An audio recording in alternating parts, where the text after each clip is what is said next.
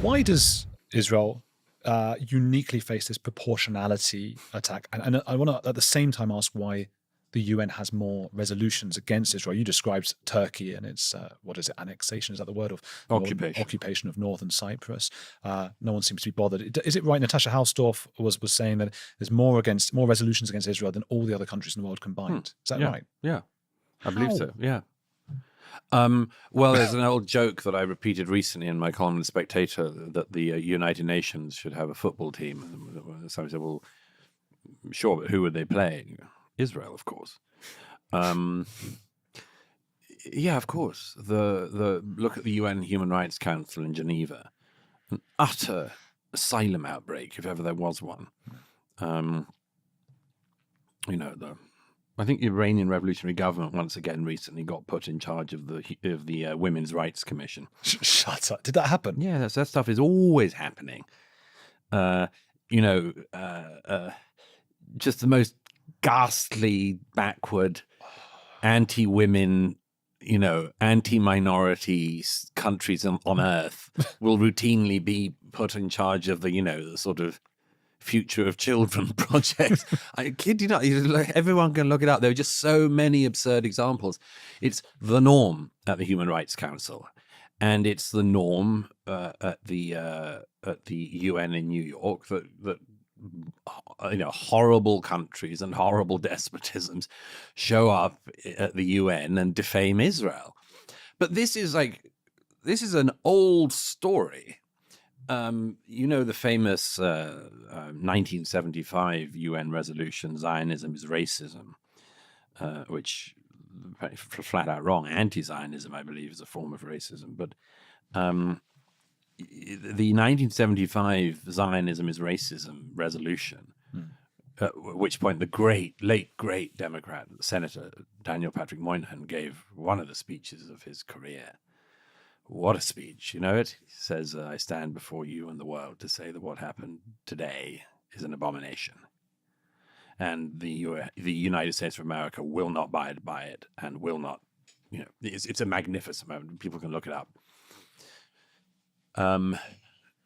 But that resolution claiming that Zionism, the idea that the Jewish people have a right to a state in their ancestral homeland, that is racist.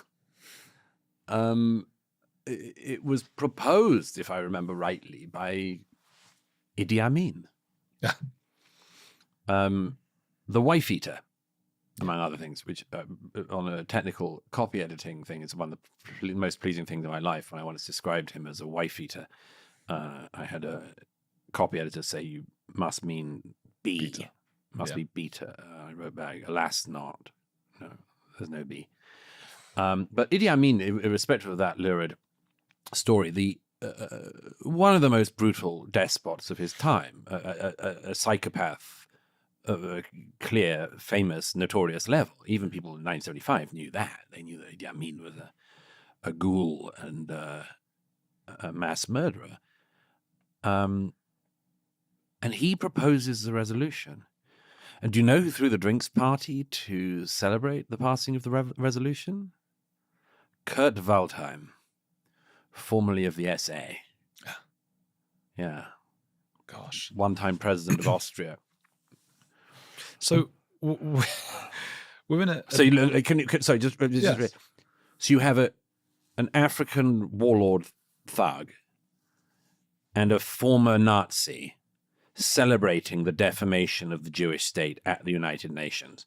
For many of us, since then, I find what the United Nations says on some things interesting. I don't doubt that some of its wings do a lot of good.